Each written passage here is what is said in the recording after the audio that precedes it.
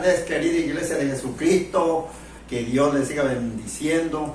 Bienvenido a este programa de enseñanzas, una reflexión de vida.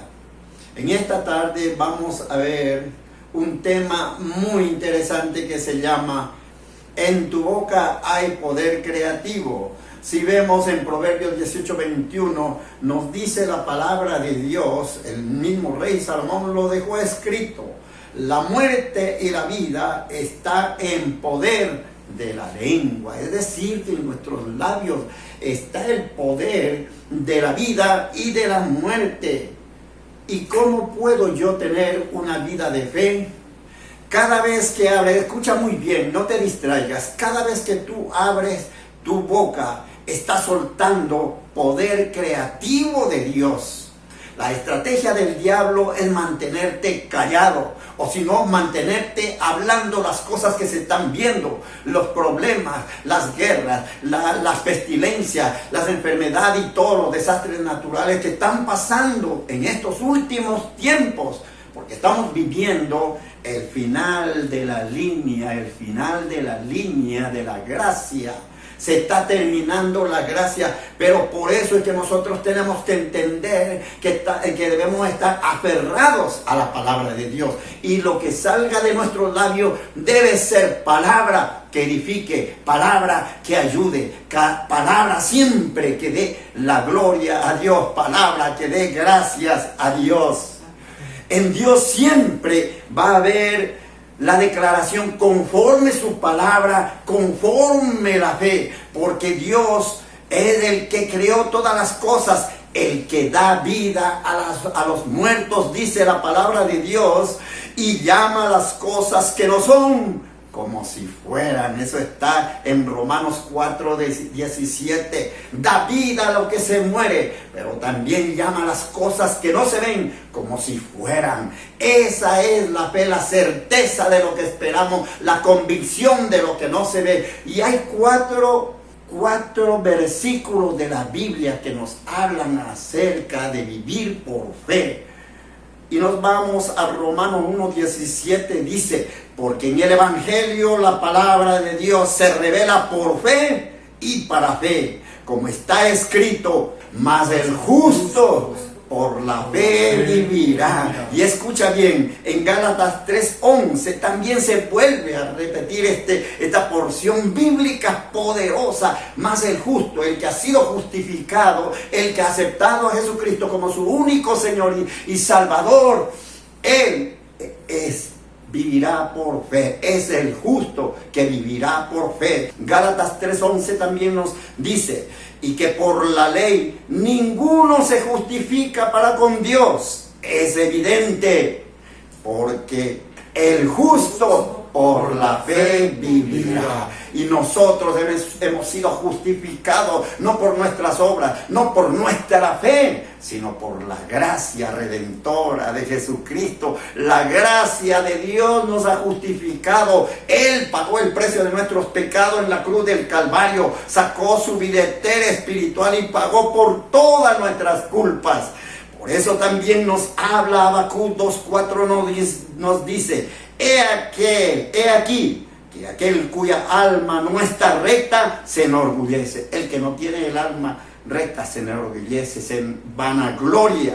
Pero aquí viene nuevamente esta palabra: mas el justo por su fe vivirá. Grábate eso en tu corazón. Ya tenemos en Romanos 1:17, Gálatas 3:11 y Habacuc 2:4. Y ahora nos vamos a Hebreos 10:38. También repetimos nuevamente, dice la palabra de Dios: mas el justo vivirá por fe, y al retroceder no agrada a mi alma, dice. El justo somos nosotros, los que hemos aceptado, los que hemos entendido. Por eso es que cuando abres tu boca, estás activando el poder creativo de Dios. Pero alguien dirá: ¿cómo puedo yo tener entonces una vida de fe? ¿Cómo puedo yo vivir con esa fe? Yo quisiera tener esa fe. Bueno, la Biblia dice que la fe entra por el oír, y el oír la palabra de Dios. Pero también nos enseña, Jesucristo mismo lo dijo, dando gracias a Dios en todas las cosas, dando gloria a Dios. Se activa la fe. Así como sucedió en aquella escena cuando nuestro Señor Jesucristo estaba con aquella multitud. Ya le habían seguido todo el día y los discípulos estaban preocupados porque la gente tenía hambre, estaban cansados y vinieron a Él. Y le pidieron, y bueno, ¿qué hacemos, Señor? Es necesario que mandes a la gente a que vayan a las aldeas cercanas y coman. Y luego, si quieren, pueden venir. Jesucristo, ¿qué les dijo? Mas el justo vivirá por fe. Lo dijo de otra manera. Fíjense cómo le dijo. Bueno, encárguense ustedes de ellos. Acomódenle. Háganle de 50 en 50 y denles de comer. Los discípulos le dijeron, bueno, Señor, pero son miles. ¿Cómo vamos a darle de comer? Apenas hay alguien por ahí con 5 panes y 2 peces. Bueno, y le dijo, bueno, acomódenle ustedes.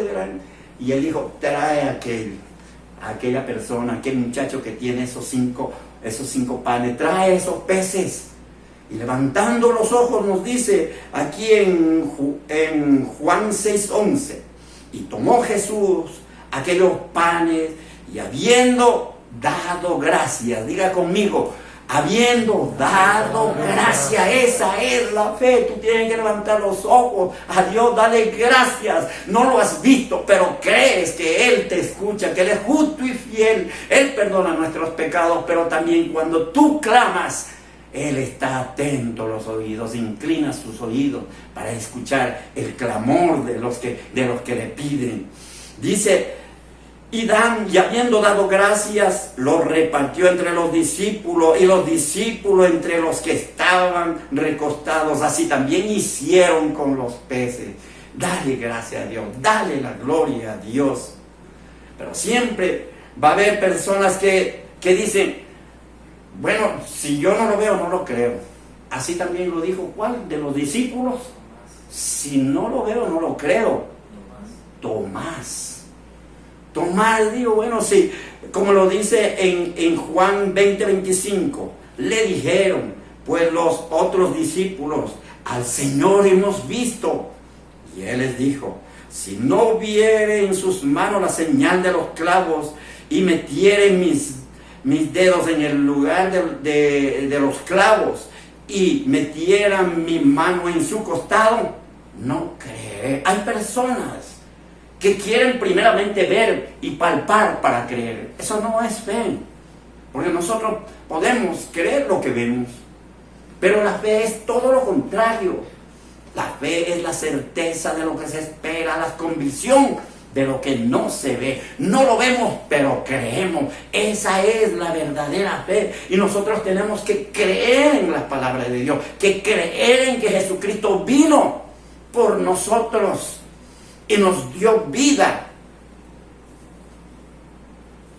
Pero hay también otras personas, como en punto número 3, yo te quiero decir que hay personas que creen que ya lo han conseguido, creen que ya lo han conseguido.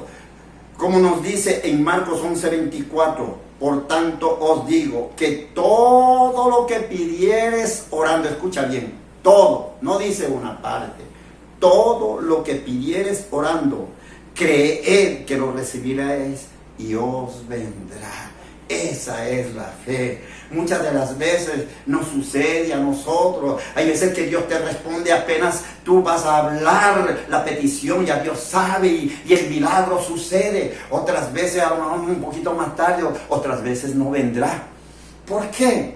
Porque Dios sabe qué es lo que nos conviene realmente. Y Dios nos da en el momento justo que Él cree conveniente que ese milagro nos va a hacer bien. En Hebreos 11:1, ya lo hemos dicho, es pues la fe, la certeza de lo que se espera, la convicción de lo que no se ve. Punto número 4. No te debilites en la fe, pase lo que pase, como estamos viviendo en estos tiempos de pandemia, que tu fe no se debilite. Y vemos el ejemplo de los siervos de Dios. Vemos muchos ejemplos también en nuestra vida contemporánea. No debemos debilitarnos aún viendo todo lo que está sucediendo alrededor del mundo. porque lejos de debilitarnos, eso nos debe fortalecer, porque mientras más problemas están sucediendo, mientras más problemas con la naturaleza, la pandemia, las enfermedades, la crisis, la hambruna que se acerca, más debemos fortalecernos, porque sabemos, conforme la palabra profética de Dios, cuando todas estas cosas sucedan es porque son principios de dolores, pero así también pronto vendrá el evento glorioso del arrebatamiento de la iglesia. Por eso es que nosotros no estamos en crisis, estamos en Cristo y lo esperamos su venida y estamos anhelando su venida.